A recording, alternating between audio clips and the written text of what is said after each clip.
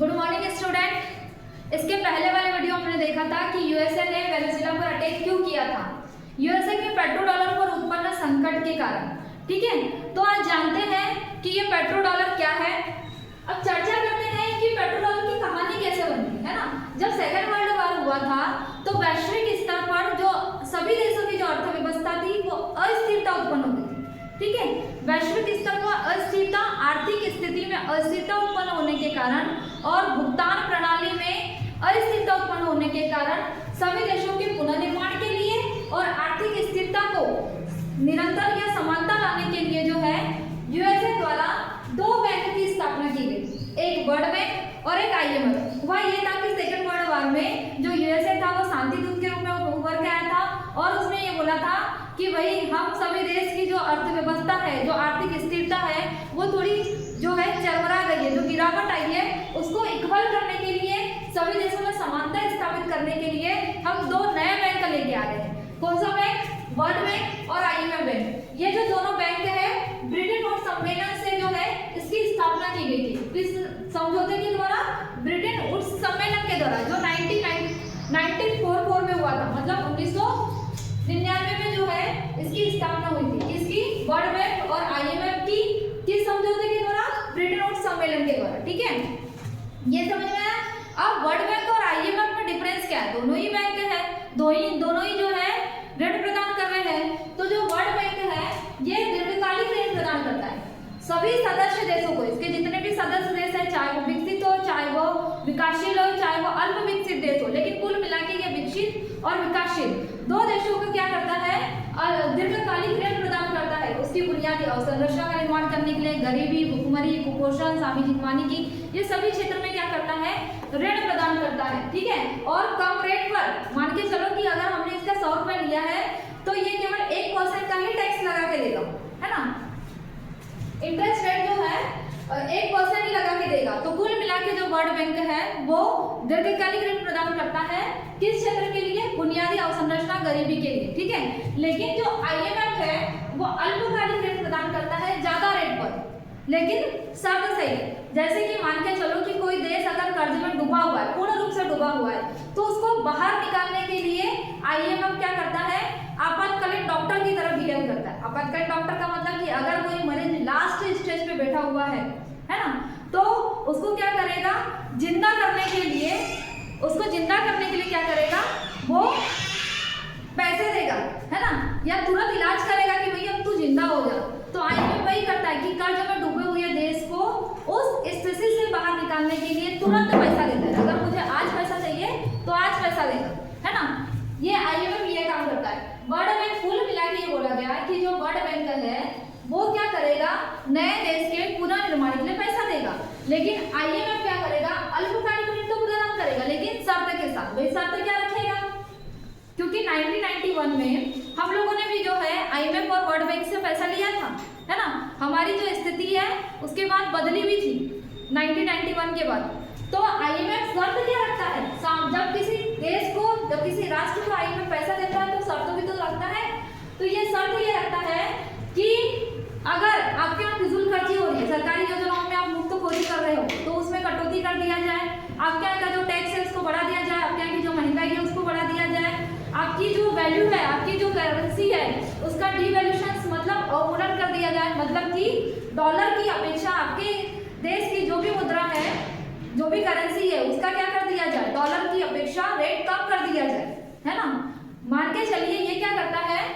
$1 की जो कीमत है हमारे यहाँ पे 90 रुपए है, तो मुद्रा का जो करना चाहिए डिवैल्यूएशन, अवमूल्यन पूर्ण रूप से जो है कम कर देता है। कुल मिला के डॉलर का जो वर्चस्व रहता है वैश्विक स्तर पे वो ज्यादा रहता है ना। IMF अगर ये पैसे दे रहे हो। दूसरी चीज है कि टैक्स बढ़ा दो, अपने यहाँ पे टैक्स बढ़ा दो। तीसरी ये चीजें करता है कि महंगाई बढ़ा दो, है ना, क्योंकि महंगाई बढ़ेगी तो लोगों के पास जो है पैसा नहीं रहेगा। पैसा जब सामने किसी वस्तु को खरीदने के लिए यूज करेगा तो पैसा रहेगा ही। तो कुल मिला के वर्ल्ड बैंक और IMF ये किसकी संस्था है तो अंतरराष्ट्रीय स्तर पर, लेकिन कुल मिला के सबसे ज्यादा जो हिस्सेदारी वो किसकी है? यूएसए की। जहाँ वर्ल्ड बैंक नए देश के निर्माण के लिए पैसा देता है, वही IMF जो है अगर आपके पास डॉलर खत्म हो गए हैं तो मुझे डॉलर मांगने के लिए किसके पास जाना पड़ेगा? IMF के पास जाना पड़ेगा। है ना, पे करने के लिए, भुगतान प्रणाली पर स्थिरता प्रदान करने के लिए ये IMF लाया गया था। ठीक, अब वही 1944 में ब्रिटेन सम्मेलन हुआ जिसमें 2 बैंकों की स्थापना तो की गई, लेकिन यूएसए ने बोला कि व्यापारिक स्तर पर अगर लेन देन होगा तो वो किस में होगा, डॉलर में होगा। तो डॉलर क्या बन गया, वैश्विक मुद्रा, ग्लोबल करेंसी बन गया। तो ये यूएसए ने दुनिया पर राज करने की एक नई तरकीब निकाली। अगर मुझे राज करना है तो मुझे किसी देश को गुलाम नहीं बनाना पड़ेगा, अगर मुझे राज करना है तो मुझे किसी देश के साथ युद्ध नहीं करना पड़ेगा, अगर मुझे राज करना है तो मुझे अपनी जो सैन्य व्यवस्था है उसको बढ़ाना नहीं पड़ेगा। इसने क्या किया, इन सभी चीजों से हटकर एक ग्लोबल करेंसी बना दिया, किसको, डॉलर को। व्यापारिक स्तर पर अगर लेन देन होगा तो किसके माध्यम से होगा, डॉलर के माध्यम से होगा, है ना। जब हम लोग डॉलर को करेंसी कमाने के लिए उत्पादन करते हैं, व्यापार करते हैं, वही डॉलर यूएसए डॉलर को छापकर पैसा कमाता है। अगर मेरे पास डॉलर नहीं है तो मैं किसके पास से लूंगी, यूएसए, IMF से लूंगी ना। IMF में बेटा कौन है, यूएसए, तो देगा कौन मुझे, यूएसए। तो डॉलर पे छापेगा कौन, यूएसए। जैसे ही वो छापेगा तो उसका पैसा लेगा। हम व्यापार और उत्पादन करके $1 मिलना चाहिए बोलते हैं, वो तो छाप कर पैसा कमा लेता है। ठीक, अब बात करते हैं कि जब इसने डॉलर को वैश्विक मुद्रा मतलब ग्लोबल करेंसी की मान्यता दी तो उन्होंने ये रखा कि अगर कोई देश डॉलर को अपनाएगा तो वो अपनी मुद्रा को क्या करेगा, अवमूल्यन करेगा, है ना। उसकी जो वैल्यू है वो क्या होगी, डॉलर की अपेक्षा कम होगी। तो इसी को देखते हुए हमारे देश की जो करेंसी, हमारे देश से अगर हम लूं तो $1 की जो कीमत है वो कितनी है, आपके 90 रुपए के बराबर है। ठीक है, 1900 अगर मुझे डॉलर में व्यापार करना है ना, भुगतान करना है, जैसे कि मान के चलिए कि आज की तारीख में अगर भारत पाकिस्तान के साथ व्यापार करता है, पड़ोसी देश को पहले लेते हैं ना, भारत पाकिस्तान के साथ व्यापार करता है तो डॉलर देना पड़ेगा, क्योंकि इन्होंने पहले ही बोला है कि डॉलर में ही जो व्यापार होगा। मेरे देश की करेंसी रुपए है ना, तो रुपए को किस में कन्वर्ट करना पड़ेगा, डॉलर में। अब मैं पूरा पैसा लेके तो नहीं जाऊंगी ना यूएसए के पास कि भाई मेरा जो रुपया है वो डॉलर में कन्वर्ट कीजिए। तो 1973 में इस व्यापार सिस्टम पर नियंत्रण रखने के लिए यूएसए द्वारा जो है न्यूयॉर्क में स्विफ्ट अंतर्राष्ट्रीय भुगतान प्रणाली लेके आ गई। ये जो स्विफ्ट है एक मुख्य रूप से बड़ा बैंक है, जैसे हमारे में सबसे बड़ा बैंक जो केंद्रीय बैंक है वो क्या है, रिजर्व बैंक, है ना, RBI है। उसी प्रकार से इस व्यापार सिस्टम में अंतर्राष्ट्रीय भुगतान प्रणाली का सबसे बड़ा जो बैंक है वो क्या है, स्विफ्ट है, जो यूएसए द्वारा न्यूयॉर्क में 1973 में स्थापित किया गया था। अब देखो, मेरे को कटे फटे नोट अगर एक्सचेंज करने जाना है तो कहाँ जाऊंगी, बैंक में जाना पड़ेगा ना। उसी प्रकार से अगर मुझे अपने देश की मुद्रा को डॉलर में एक्सचेंज करना है तो मुझे स्विफ्ट वाले बैंक के पास जाना पड़ेगा। अब यह बैंक कहाँ रहा, यूएसए, न्यूयॉर्क में। तो इसकी जो शाखा है सदस्य देशों के बीच में खोल दी जाती है। अभी वर्तमान में ये 200 देशों में 11,000 बैंक हैं जो स्विफ्ट के अंदर काम करते हैं, जो कनेक्टेड है। मतलब कि अगर इंडिया में मुझे व्यापार करना है ना, मुझे अपने रुपए को, इंडिया के रुपए को डॉलर में कन्वर्ट करना है तो मेरे पास जो है यहाँ पे एक बैंक बैठा है। इस बैंक से मतलब कि SBI की छोटी छोटी जैसे शाखाएं होती ना कि भाई वो कियोस्क बैंक वाले यहाँ पे जो अपना खाता खुलवा लो, कुछ अगर होगा तो कहाँ जाना है आपको, बड़ी बैंक SBI में जाना है। तो सेम वैसा ही इंडिया की अगर करेंसी है उसको डॉलर में कन्वर्ट करना है तो पहले इंडिया में स्थापित कोई जो बैंक है जो रुपए को डॉलर में कन्वर्ट करता है तो वो क्या करेगा, इस बैंक के पास जाएगा, मतलब इंडिया के बैंक के पास जाएगा। इंडिया जो है उसको रुपए वाली जो करेंसी है वो देगा और ये जो है अपने मालिक को फोन करेगा। कौन मालिक रहेगा, स्विफ्ट, है ना, स्विफ्ट बैंक रहेगा। अपने मालिक को कॉल करेगा कि भाई इंडिया वाले ये बोल रहे हैं कि जो रुपए की जो करेंसी है उसको डॉलर में कन्वर्ट करना है। तो ये जो पैसा है यहाँ स्विफ्ट में चले जाएगा और स्विफ्ट क्या करेगा, उसको उस करेंसी को, जो रुपए वाली जो करेंसी है उसको डॉलर में कन्वर्ट करके देगा। ठीक है, तो इस अंतर्राष्ट्रीय भुगतान प्रणाली के लिए 1973 में स्विफ्ट प्रणाली लेके आई गई थी, जो वर्तमान में 200 देशों के 1100 बैंकों से जुड़ा हुआ है ना, जो फैला हुआ है कि भाई आप अपनी करेंसी को किस में कन्वर्ट कीजिए, डॉलर में। आपको ज्यादा टाइम भी नहीं लगेगा, है ना, डायरेक्ट हो जाएगा। आजकल तो ऑनलाइन है तो और ज्यादा डायरेक्ट हो जाता है। ठीक, अब हुआ ये था कि 1970 के दशक में कहना चाहिए तेल संकट उत्पन्न हुआ था। तभी तो जो है वेनेजुएला ने भर भर के पैसा कमाया था। ऐसा कहा जाता है कि उसकी जो इकोनॉमी है 1970 के स्पेन इजराइल के बराबर हो गई थी। लोग डॉलर मतलब कि जो डॉलर थे अरबों जो पैसा था उस पर सोया करते थे, लग्जरी गाड़ी में घुमा करते थे, ऐश किया करते थे, है ना।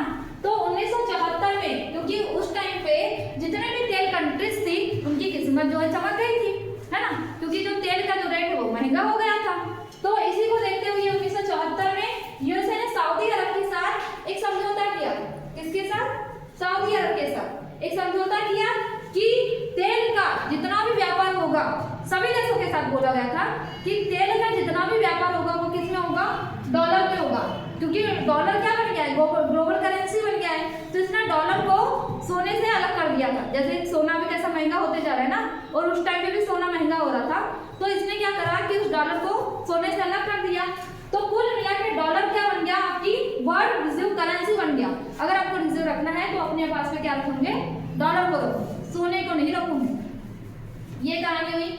तो कुल मिला के जो पेट्रो डॉलर है वो कहाँ से निकल के आया? 1974 से निकल के आया petro dollar. Dollar global currency, और उस टाइम पे 1970 के दशक में जो व्यापार हो रहा था वो सबसे ज्यादा व्यापार हो रहा था तेल का, है ना। तो उस टाइम में हम बोल सकते हैं कि 1974 में ये वर्ड एक कूटनीतिक लैंग्वेज लेकर के आई थी आपकी पेट्रो डॉलर। तो पेट्रो डॉलर क्या है? 1974 के दशक में यूएसए और सऊदी अरब के बीच एक कहना चाहिए समझौता होता है, जिसमें ये बोला जाता है कि समस्त जो तेल व्यापार है वो किस में होगा? आपके डॉलर में होगा। और एक कूटनीतिक लैंग्वेज निकल के आई थी आपका पेट्रो डॉलर, ठीक है। पेट्रो डॉलर की तो समझ में आई कि भाई इसने पेट्रो डॉलर तो लेके आ गया, इसको फायदा भी ये हुआ कि जो दूसरे देश है वो डॉलर पर निर्भरता बढ़ गई, है ना। जैसे भारत की डॉलर पर निर्भरता बढ़ गई, छापेगा वो देगा हमको, मतलब पैसा भी हमको उसी को देना पड़ेगा। दूसरा कि वर्ल्ड रिजर्व करेंसी घोषित हो गई, कौन? डॉलर। तो यूएसए को जो है बेनिफिट होने लगा। तीसरा कि अगर ये किसी भी अंतर्राष्ट्रीय संस्था से अगर कर्ज लेता है, कौन? यूएसए, तो वो रेट क्या रहेगी? इसकी मिनिमम रहेगी, क्योंकि जो डॉलर की वैल्यू वो सबसे ज्यादा हो गई। लेकिन ऐसा क्या हुआ कि यूएसए के डॉलर पर जो है एक डॉलर की जो बादशाहत थी उस पर एक खतरा मंडराना स्टार्ट हो गया, है ना। क्या हुआ कि मतलब यूएसए द्वारा वेनेजुएला पर अटैक करना स्टार्ट कर दिया गया। तो इसके पीछे रीजन ये है, कहानी ऐसे निकल के आ रही है कि 2018 में यूएसए द्वारा वेनेजुएला पर प्रतिबंध लगा दिया गया, है ना। क्योंकि अगर वेनेजुएला में देखा जाए तो ये 20% जो है ऑयल अपने पास रखता है ना। कुल उत्पादन का 20% जो तेल है वो वेनेजुएला से निकलता है। मतलब कुल मिला के 303 अरब बैरल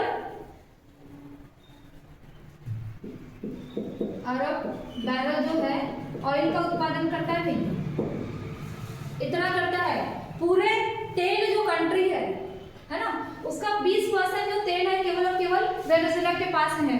तो 2018 में यूएसए द्वारा वेनेजुएला पर प्रतिबंध लगा दिया गया। अब ये तेल किसी और को बेचेगा, नहीं खरीद रहा है यूएसए तो किसी दूसरे को दूंगा मैं। तो इसने क्या किया? वेनेजुएला ने चीन को बेचना स्टार्ट कर दिया तेल, और चीन ने ऐसा ही बोला कि अगर मैं तेल का आपसे अगर मैं तेल